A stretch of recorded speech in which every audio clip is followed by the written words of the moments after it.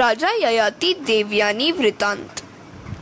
राजा ययाति को ही देखिए, उनका विवाह शुक्राचार्य की पुत्री देवयानी के साथ हुआ।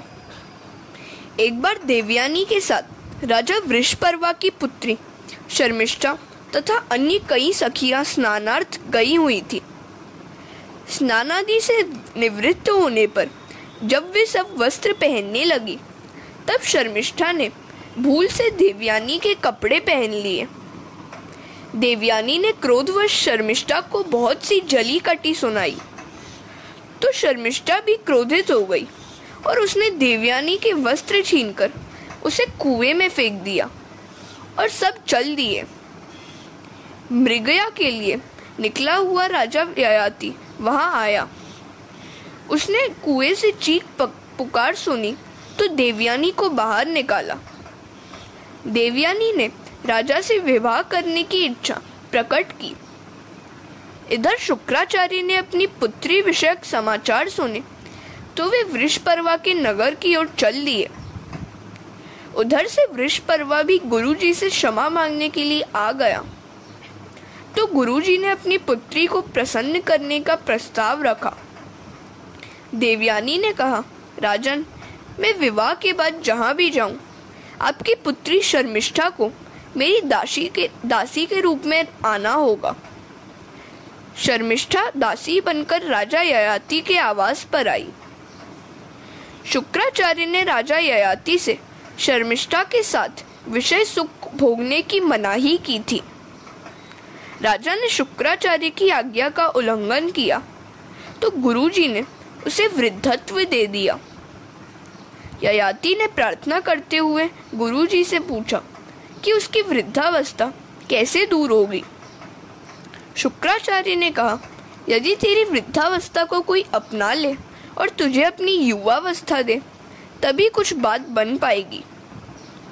राजा ययाति ने अपने ही पुत्र पुरु की युवावस्था ले ली और हजारों वर्ष विषय सुख का उपभोग किया, फिर भी उसे तृप्ति न हुई, तो उसके मन में वैराग्य जागा।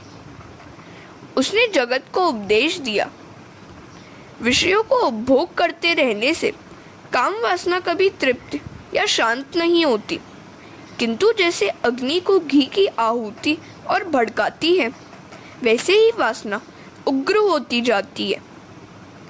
भोगोपभोग से वासना अधिक बढ़ती जाती है। मनुष्य का शरीर तो वृद्ध होता है, किंतु वासना तृष्णा कभी वृद्ध नहीं होती। जीर्यतो या न जीर्यते। भर्तृहरि ने भी कहा है, भोगों का नहीं, हमारा ही उपभोग हो जाता है। तृष्णा नहीं, हम ही जीर्ण होते जाते हैं। भोगा न भुक्ता वयमेव भुक्ता, तृष्णा न जीर्णा वयमेव जीर्णा। भागवत तो गीता का भाष्य है। गीता जी के सिद्धांतों के दृष्टांत हमें भागवत देती है। काम महाशनु महापापात्मा। अग्नि की भांति भोगों से कभी तृप्त न होने वाला महापापी और वैरी है। काम शत्रु है, फिर भी राजा ययाति की भांति कई लोग उसे मित्र बनाने का प्रयत्न करते हैं और अंत में दुखी ही होते हैं। काम और क्रोध को कभी मित्र न बनाना, वे वैरी हैं, उनके साथ वैरी सा ही व्यवहार किया जाए। गीता में कहा गया है, न मे भक्त प्रणश्यति। भागवत में प्रहलाद, अम्बरीश आदि के कई उदाहरण दिए गए हैं। हरे कृष्णा।